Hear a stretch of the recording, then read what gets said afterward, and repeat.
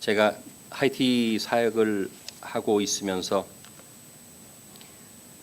하이티에 제가 2006년에 하이티 양녀를 입양을 하게 됐습니다. 그 입양 수속을 밟기 위해서 오랫동안 다니지 않았던 그 하이티에 도착해서 그 수도라는 나라가 쓰레기로 덮여 있고, 잠깐 우리 예배 전에 지나가는 장면을 통해서 보셨는지 모르겠지만은 수도가 쓰레기 더미에 쌓여 있고 냄새 악취가 진동을 하고, 심지어는 미국 대사관 옆에도 쓰레기가 쌓여 있습니다.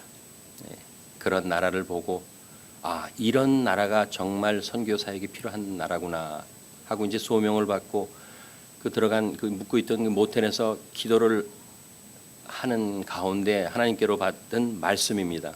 하나님께서는 과거 일을 기억하지 말라. 하이티가 과거에 어떤 나라였든지 지금 어떤 나라인지 기억하지 말라. 내가 새 일을 행하리라 하고 그렇게 말씀을 주셔서 그 말씀 받고, 그리고 그 나라 백성들이 하나님의 찬송이 되도록 하시리라 하는 그 말씀을 믿고 나갑니다. 그래서 그 말씀을 함께 했습니다. 원래 제가 선교 보고를 더 중점적으로 하려고 했었는데 우리 목사님께서 허락하시는 대로 또 성령님께서 또 주장하시는 대로 제가 말씀을 가지고 여러분들과 함께 은혜를 나누고자 합니다. 그래서 말씀을 좀 찾아주셨으면 합니다. 함께 민수기 14장 11절 제가 봉독해 드리겠습니다. 여호와께서 모세에게 이르시되 이 백성이 어느 때까지 나를 멸시하겠느냐? 내가 그들 중에 모든 이적을 행한 것도 생각하지 아니하고 어느 때까지 나를 믿지 않겠느냐 하고 말씀을 하십니다. 이 말씀은 역사적 유래로 보면은 이스라엘 백성들이 애굽으로부터 나와서 이제 하나님의 명령에 입각해서 가나안 땅으로 이제 막 들어가려는 그때입니다. 그때 이제 정탐꾼들을 보내죠. 정탐꾼들이 가나안 땅을 돌아보고 나와서 보고를 합니다. 그 중에 10명은 아낙 자손, 포도송이가 뭐 저렇게 크고 우리가 들어가면은 우리는 뭐 메뚜기 같은 사람처럼 보이고 도저히 들어가면 저희는 감당할 수가 없습니다 하고 10명이 보고를 했을 때 여분네 아들 눈 그리고 여호수아는 이렇게 보고를 하죠. 옷을 찢으면서 어떻게 그런 말을 할 수가 있느냐? 지금 홍해를 건너오면서 하나님께서 보여주신 역사를 알지 못하느냐? 우린 들어가면 정복을 할 수가 있다. 그렇게 얘기를 했을 때 그 나머지 백성들이 그렇게 보고하는 그 두 사람을 저 사람 둘이 우리를 유혹해서 그 나라에 들어가서 우리를 죽게 하려고 한다. 그래서 돌을 쳐서 죽이려고 할 때 그때 하나님께서 나오셔서 하는 말씀이십니다. 어느 때까지 나를 멸시하겠느냐? 내가 이때까지 보여준 그 모든 기사와 이적들을 다 잊어버리고 어떻게 그 가나안 땅 들어가는 것조차 겁을 내고 있느냐 하는 말씀을 하시는 겁니다. 저희들이 삶을 살면서요, 얼마나 많이 하나님이 어떤 분이신가 하는 것을 잊고 살 때가 많은지 모릅니다. 어려움이 닥칠 때, 커다란 난관에 봉착했을 때, 그리고 어려운 결정을 할 때마다 그저 믿지 않는 사람처럼 계산하고 따지고 될까 안 될까, 그렇게 지금 10명의 지파의 대표들처럼 두려워하고 떨 때가 많습니다. 그럴 때마다 하나님께서 이렇게 말씀하십니다. 어느 때까지 나를 멸시하겠느냐? 하나님을 믿는 사람들에게 하나님이 이렇게 나를 멸시하느냐 하면 어떤 분이 그것을 제대로 받아들일 수 있겠습니까? 아니 제가 하나님 섬기는데요. 아니 제가 어떻게 하나님을 멸시합니까? 하지만 저희들 삶으로 나타난 그 모습에서는 하나님을 멸시한다고 할 수밖에 없는 그러한 행동을 보일 때가 얼마나 많은지 모릅니다. 제가 그랬었습니다. 선교를 한다고 하면서요, 저는 선교가 제가 준비하는 만큼, 제가 노력하는 만큼 이루어진다고 생각을 했었습니다. 그래서 준비를 참 많이 했었습니다. 하나님께 제가 서원한 게 의료 선교사가 되겠다는 약속이었습니다. 그래서 그 약속을 지키려고요, 저는 의대를 다녔습니다. 신학대학을 다녔습니다. 그것도 부족해서 의대로 다니면서 뭐 도움을 구할 수 없고 해서 그러면 어떻게 의료 선교사가 될 수 있을까? 효과적으로 비용 적게 들고 그러면 한의사가 되자. 침을 놓으면서 환자들을 고치고 그들에게 복음을 전하자. 그렇게 생각을 하고 한방까지 공부를 했습니다. 그러니까 선교사가 되겠다고 작정을 하고 나서부터 3가지 공부를 했습니다. 그러고 나서 선교지에 임했는데요. 그 능력 가지고 되지 않음을 제가 깨달았습니다. 그리고는 좌절에 빠졌습니다. 어떻게 해야 되는 겁니까? 그때 기억을 해냈습니다. 하나님이 어떤 분이신가? 제가 선교를 준비하면서 하나님께서 제게 보여주신 기적들이 있습니다. 이 이스라엘 백성들이 애굽에서 나올 때 어떤 커다란 기적을 체험했습니까? 홍해를 건너는 기적을 체험을 했습니다. 한번 생각을 해보세요. 바다가 앞에 있습니다. 근데 바다가 갈라졌습니다. 그 바닷속을 걸어 들어가서 지나왔습니다. 근데 그 기억을 얼마 지나지 않은 때였었는데 그런 하나님이었다는 것. 불기둥, 구름 기둥으로 그 백성을 인도했던 하나님. 하늘에서 만나를 내리시고 메추라기를 내리시고 바위를 쪼개서 물을 내셨던 그 하나님을 잊고 이제 가나안 땅으로 들어가야 되는데 못 들어간다고, 죽을 것 같다고 이렇게 떨고 있습니다. 제가 선교를 준비하면서 이런 경험을 한번 해봤습니다. 의대 다닐 때였습니다. 제가 의대생들하고 같이 한 12명을 모아가지고 의로운 의대생 이렇게 스페인시로 만들어가지고 그들과 성경 공부도 하고 이제 강의가 진행되는 중에도 시간만 있으면 그들하고 모여서 기도를 하고 그러던 중이었습니다. 그리고 인턴까지 제가 올라왔습니다. 그래서 그 학교에서는 그리고 병원에서는 저 나이 많이 든 제가 38에 도미니카에서 의대 공부를 했거든요. 그러니까 저 나이 많이 든 늙은 학생, 늙었다 그래서 죄송합니다. 나이 많이 든 학생, 동양 사람은 기독교인이다, 하나님을 믿는 사람이다 하는 것을 그들이 다 알고 있었습니다. 그런데 어느 하루 어떤 일이 생겼냐면요. 제가 신장학과를 거쳐서 내과로 들어가서 이제 인턴을 하고 있었을 때였었는데 신장과에는 캔디라고 하는 15살 난 아이가 있었습니다. 그 아이는 신부전증으로 해서 양쪽 콩팥이 못 쓰게 돼서 와서 그 복막 투석을 늘 하고 있던 그런 환자였었는데요. 건강이 회복돼 나가는 그런 상태였었습니다. 제가 그 신장과에서 나와서 내과로 갈 때는요. 그러고 나서 이제 내과에서 한 달 정도 근무를 했었을 때인데 아침에 출근을 했을 때 여기저기 모여서 닥터들하고 인턴들, 간호사들이 모여가지고는 웅성웅성 말을 나누고 있는데 내용을 들어보니까 그 캔디가 죽었다는 거예요. 그래서 그럴 리가, 호전되고 있었는데 하는 얘기가 그 병원은 캐톨릭 신부가 나와서 그 안에 성당이 있고 그리고 신부가 모든 그 미사를 집행을 합니다. 그래서 임종이 가까운 환자가 있으면 들어가서 그 신부님이 다 고해성사하시고 이렇게 하는데 그 신부님이 다녀갔다는 거예요. 그 얘기는 뭐냐면은 이미 병원에서 그 환자를 포기하고 죽을 사람이라고 이제 내놓은 것입니다. 근데 마음에 그 환자가 죽을 리가 없는데 하는 생각이 들었습니다. 그래서 갔습니다. 글로. 갔더니 그 병실 앞에 제가 늘 만나고 익히 알고 있던 그 캔디의 어머니하고 언니가 울고 있는 거예요. 이제 다 포기했으니까 뭐 그냥 낙담해가지고 엉엉 울고 있더라고요. 그래서 병실로 들어갔습니다. 그랬더니 그때 그 인투베이션 해놨던 거 다 띄고 폭막 투석하는 것도 다 이제 중단을 하고 이렇게 가운으로 이렇게 씌워놨더라고요. 그래서 제가 움직이도 기척도 않고 얼굴도 까매져 굳어 있더라고요. 그래서 제가 만져봤습니다. 근데 아직 온기가 남아 있었어요. 맥을 집어봤더니 맥이 없어요. 그래서 여기에 유글랄이라고 하는 그 맥을 여기를 잡아봤더니 맥이 느껴지는 거예요, 제 손에. 그래서 아직 살아있는 환자인데 우리가 포기할 수는 없지 않은가 하는 생각이 제가 들었습니다.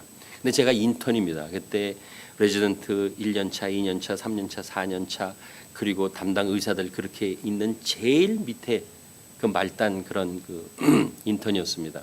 제가 그 신장과 과장을 만나러 갔습니다. 여자분이었었는데 닥터였었는데 제가 그랬습니다. 지금 캔디 다 포기하고 모든 거 다 띄고 그러고 있는 줄 아는데 오늘 하루 쟤한테 좀 맡겨보겠냐고 그렇게 얘기를 했습니다. 웃더라고요. 아니 이 사람이 좀 실성했나, 인턴이 과장한테 와서 이게 무슨 얘기냐고 하는 그런 표정이에요.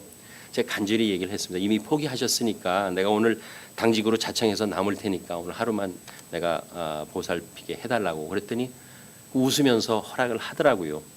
아직 맥이 있다고 제가 얘기를 했거든요. 그래서 그 병실로 갔습니다. 제가 자진해서 그날 당직을 남았고, 그래서 어렵게 굳어 있는 그 모든 기도, 그 식도를 통해 가지고 인튜베이션을 다시 하고 영양분을 공급하면서 복막 투석을 시작을 했습니다. 그때가 오후 6시였습니다. 그러면서 그 병상 옆에서 제가 기도를 했습니다.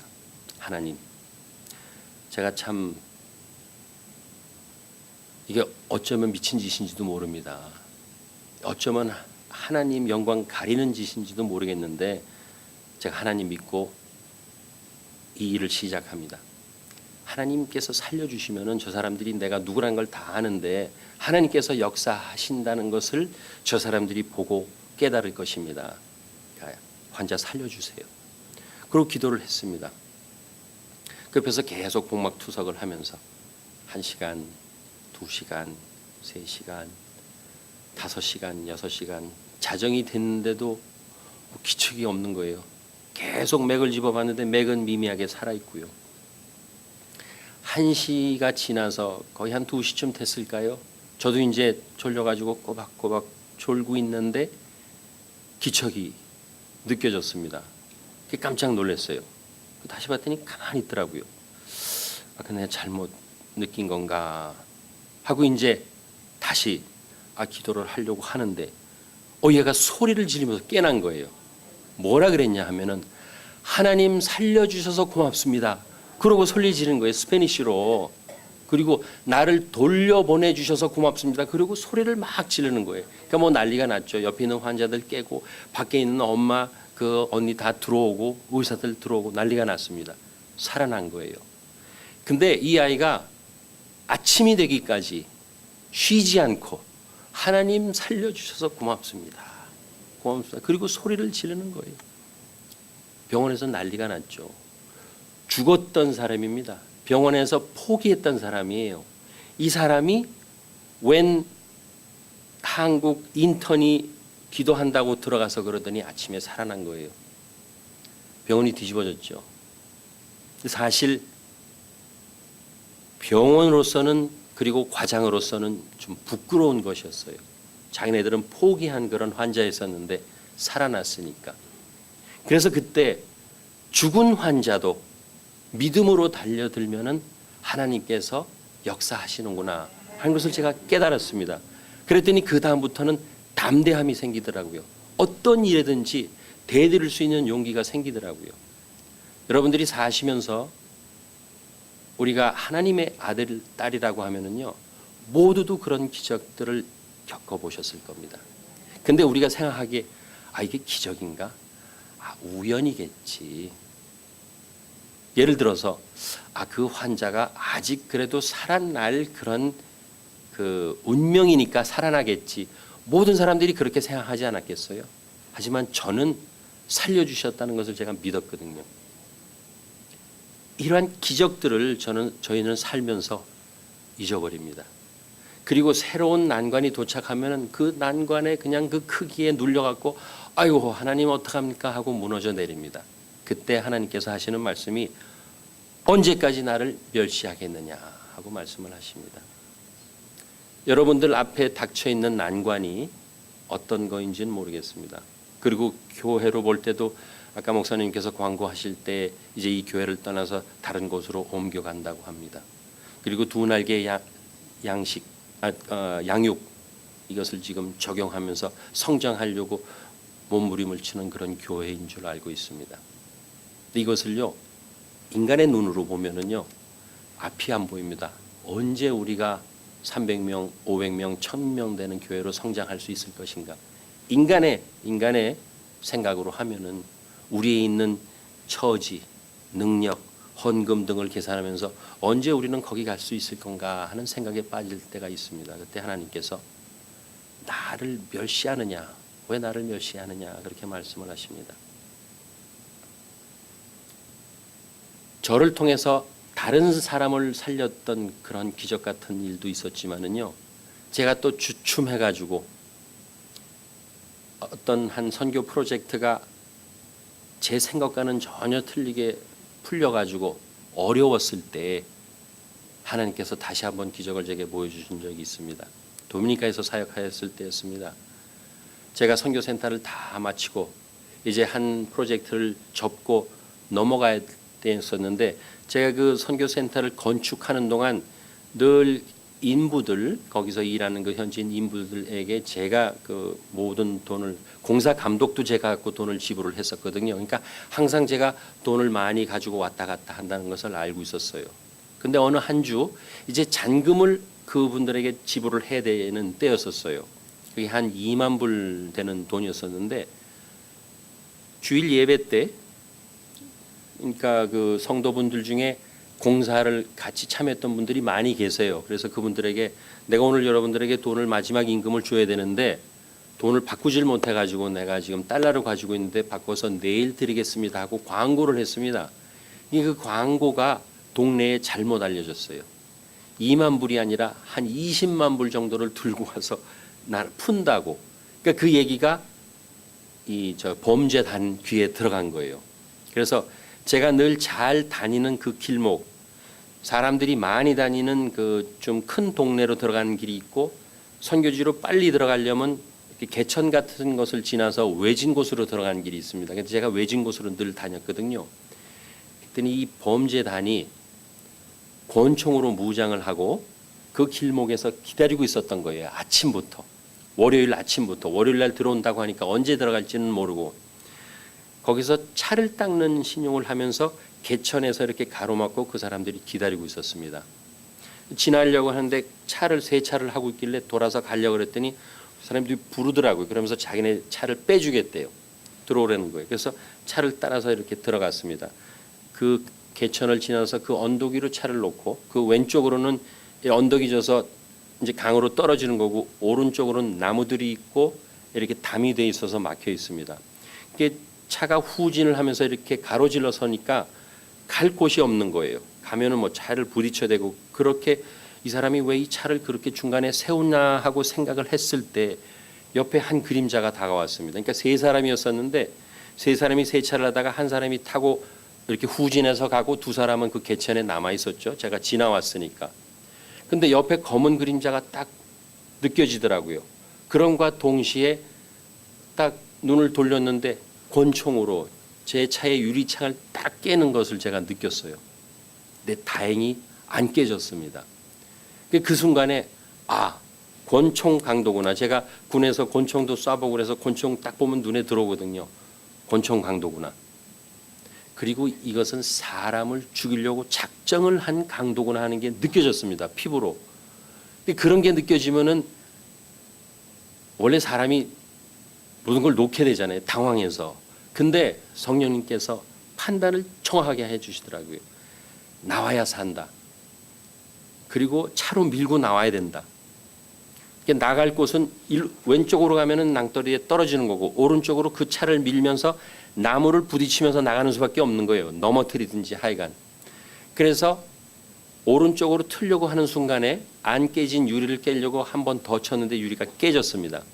그리고 제가 핸들을 더 트니까 이 사람이 왼손으로 딱 잡고는 더 틀려고 해서 제가 빼고 더 트니까 이 사람이 총을 쏜 거예요. 그러니까 손으로 잡고 저를 쏜 겁니다. 그러니까 바로 한 50cm 떨어져 있는 사람을 총으로 쏜 거예요. 그 총알은 관통을 해가지고 저 오른쪽에 가서 박혔습니다. 총소리를 듣고 하나님 살려주세요. 소리를 지르면서 더 그 차를 치면서 나왔습니다. 그곳을 빠져나와가지고 뭐 정신없이 교회를 달려갔죠. 그 뒤에 듣기로는 그 뒤에다 대고 총을 여러 방 쐈다고 하는데 전 듣지도 못하고 교회에 도착을 했습니다.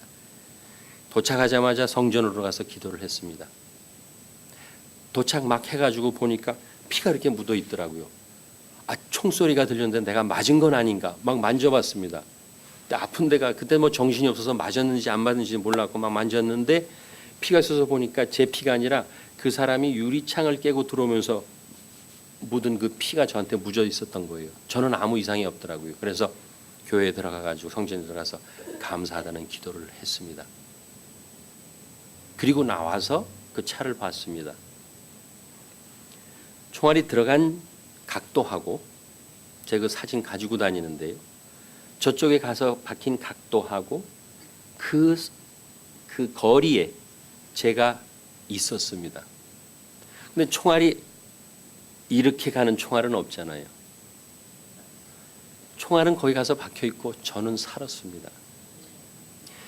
총알도 비끼게 해주시는 하나님이십니다. 근데 더 신기한 것은요. 그 강도들이 제 얼굴을 봤잖아요. 그러니까 걱정이 되잖아요. 나는 살아나왔는데 이 사람들이 나중에 어떻게 해코지를 할까. 그것도 기도를 했습니다. 하나님께 맡깁니다. 일주일이 지났습니다. 그 신고를 다 했죠. 그 경찰서에 가서 신고를 하고. 일주일이 지났는데 경찰서장한테 전화가 왔습니다. 와서 범인들이 잡혔는데 확인을 좀 해달라는 것이에요. 그 범인들이 어떻게 잡혔냐 하면은요. 20만 불, 자기들이 생각할 때는 20만 불이에요. 20만 불을 눈앞에서 놓친 거예요. 총으로 쐈는데 이 사람이 총을 맞았는지 하여간 가다가 섰어야 되는데 그냥 가버렸으니까 얼마나 낙담을 하고 화가 났었겠어요. 이 사람들이 거기서 멀지 않은 고속도로에서 그 다른 도시에서 지나가는 그 고급 차량을 공격을 한 거예요. 고속도로에서 타이어를 쏴가지고 멈추는 차를 가서 공격을 하고 다가갔을 때 그 차를 운전하던 사람이 오히려 공격을 한 거예요. 누구였었냐? 저는 산토도밍고라는 도시에 있었고 거기는 뿌에르토고 하는 도시였는데 산티아고라는 제2 도시에서 군경 사격 대회가 있었습니다. 그래서 그 사격 대회에서 우승을 하고 우승 트로피를 가져가는 캡틴이었어요. 그 사람을 공격을 한 거예요. 그러니까 이 사람은 총소리를 딱 들으니까 아, 이게 권총 강도구나. 차가 다가오는 걸 보고 가지고 있던 권총을 꺼내고 무조건 다 쏴버린 거예요. 그랬더니 운전수는 죽고 다른 사람들은 잡힌 거예요. 그래가지고 이제 경찰서에 잡혀 있는 것을 보고는 제가 얘기했던 그 차량 이 색깔도 비슷하고 하니까 저를 부른 거예요. 가보니까 그 차량이고 그 사람들이에요. 그 사람들을 다 잡아가지고 감옥에까지 넣어주시더라고요. 저를 보호해 주시려고. 그러한 기적들이 일어납니다. 근데 이런 기적은요. 선교사이기 때문에 일어나는 기적만은 아닙니다. 여러분 삶 속에서도 그런 기적들이 일어나는데 우리가 기적인가 아니겠지. 그러고 자꾸 넘어오려고 합니다. 우리의 삶이 기적들이 상식이 되는 그러한 삶들이 돼서 하나님을 믿고 자꾸 나가야 되는 겁니다.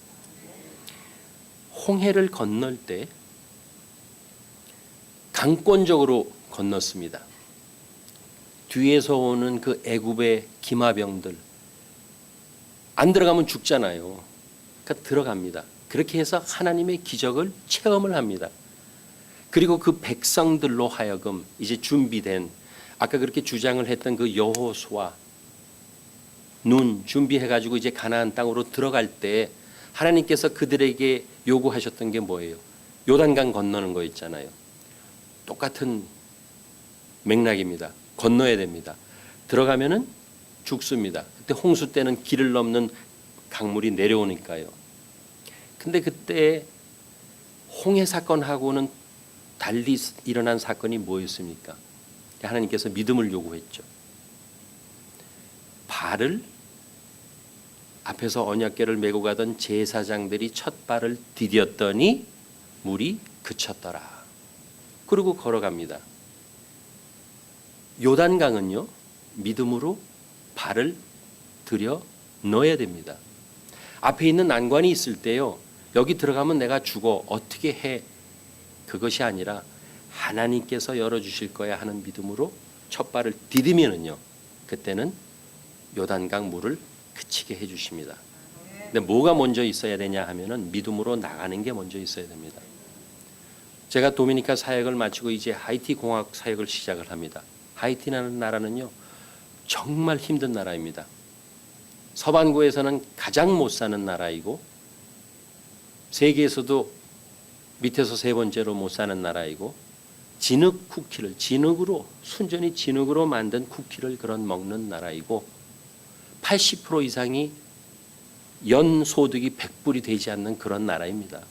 영적으로도 어두워져 있어서 그 부두교 아시죠?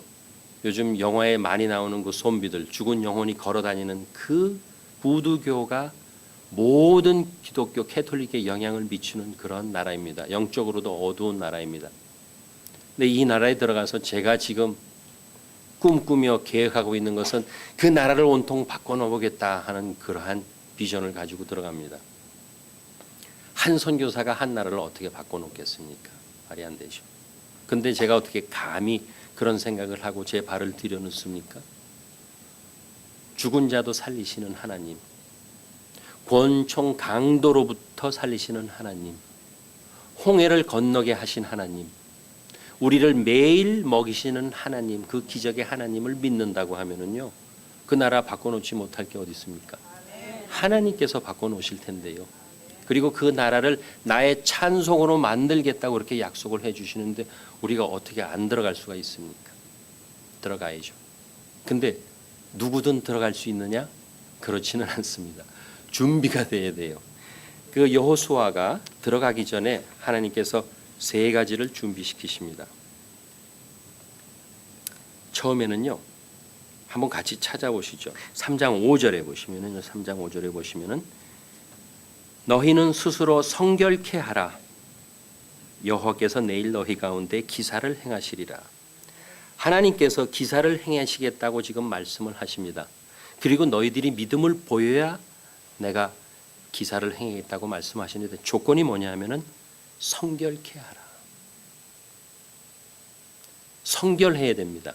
그저 믿음만 가지고 나간다고 해서 하나님께서 역사하신 건 아닙니다. 하나님 앞에서 저희가 깨끗해야 됩니다. 그러면은 하나님께서 역사를 하십니다. 두 번째로 하나님께서요 여호수아 1장 7절에서 9절까지를 오직 너는 마음을 강하게 하고 극히 담대히 하여 나의 종 모세가 내게 명한 율법을 다 지켜 행하고 좌로나 우로나 치우치지 말라. 그리하면 어디로 가든지 형통하리니. 집중하라고, 내게 집중하라고 말씀을 하십니다. 제가 그 C로 얘기를 해봤는데요. 그 제가 지금 말씀드리는 게 첫 번째 단어는 consecration입니다. 성결하라. 두 번째는 뭐냐면 집중, concentration, 집중하라. 하나님께 집중하라는 것입니다. 곁에 있는 그런 다른 그 상황에 어려운 그러한 난관에 시선을 맞추지 말고 하나님께 집중하라 이것입니다. 좌로나 우로나 치우치지 말고. 그것이 두 번째 조건이고요. 세 번째 조건은요. 그 여호수아서에 좀 찾아보시면은 2장 17절에 두 사람이 그에게 이르되 내가 우리로 서약해 한 이 맹세에 대하여 우리가 허물이 없게 하리니. 무슨 말씀이냐 하면은요. 정탐자 두 명이 이제 여리고성 거기 들어가서 정탐을 할 때 라합의 도움을 받죠. 그러면서 라합에게 약속을 합니다. 너희가 이 일이 진행이 되도록 여리고 성을 함락할 수 있도록 도와주면은 너와 너희 가족이 다 생명이 보존되도록 하겠다 하고 약속을 합니다. 그래서 그 약속을 어기지 않고 지킬 수 있도록 하나님께 구하고 한 번 더 약속을 하는 것입니다. 뭐냐? coherence, consistent 해야 된다는 겁니다. 믿는 사람 입에서 나온 말은요. 목숨이 흔들리는 그러한 그 위기 앞에서도 변하면 안 된다는 얘기입니다. 내가 한 약속, 내가 지키겠다고 한 것, 내가 이렇게 하겠다고 한 것은 무슨 상황이 벌어져도 해내야 된다는 것입니다. 교회에서 나가자. 두 날개로 함께 나가자. 그러면은 무슨 일이 있더라도 하나님을 믿고 거기에 집중을 하면서 나가야 됩니다. 기독교 기독교인의 삶이요, 이 성전 안의 삶하고 밖에 나간 삶하고 차이가 나기 때문에 우리 기독교가 그렇게 힘을 못 쓰는 겁니다. 왜냐하면요, 밖에 있는 사람들도 다 눈이 있거든요. 볼 수 있고 판단을 할 수가 있습니다. 저 사람은 맨날 성결해야 되고 율법을 지켜야 되고 사랑을 베풀어야 된다고 입으로는 얘기를 하는데요, 그러한 사랑을 보일 줄 모르는 사람을 볼 때 저 사람이 기독교인이냐? 나도 그 정도는 해. 거기 안 가도 돼 하는 그러한 빌미를 우리가 주고 있는 것입니다. 왜? 일치된 삶을 보이지 못하기 때문에. 세 가지. 하나님께 집중하고요. 컨센트레이션. 그리고 우리의 삶이 성결한, 정결한 삶을 늘 유지를 하고요. 컨시크레이션. 그리고 우리의 삶이 누가 보더라도 내가 말하는 것과 행동하는 것과 생각하는 것이 일치하면은요. 여기 써놓으셨잖아요. 같은 말, 같은 꿈, 같은 열매. 그 같은 것을 이루어내면은요, 하나님께서 우리가 요단강을 들어갈 때 요단강 물을 멈추게 하시고 건너가서 여리고 성을 우리의 힘이 아니라 하나님께서 역사하셔서 무너뜨리는 그러한 역사를 우리에게 보여주시는 것입니다. 힘들 때가 많습니다. 사역지에 가서 어떻게 저 사역을 해낼 것인가. 제가 계획을 세울 때 제 능력에 맞춰서 세우지 않습니다. 하나님 보시기에 합당한 그런 사역, 목적과 계획 세웁니다. 하나님이 역사하실 것을 믿기 때문에요. 여러분들 삶 가운데서도 그러한 하나님을 바라보고 하나님께서 역사하심을, 그리고 그 하나님께서 역사하시는 기적이 매일매일 일어나서 기적이 상식처럼 되는 그러한 삶을 사시기를 원합니다. 그럼 그런 분들이 모였을 때 이 공동체가 기적을 맛보면서 기적 가운데 일어날 것입니다. 그래서 새로운 이름으로 새로운 곳에서 불과 같이 일어날 것을 저는 알고 있습니다. 그래서 권해드립니다. 기도하시겠습니다.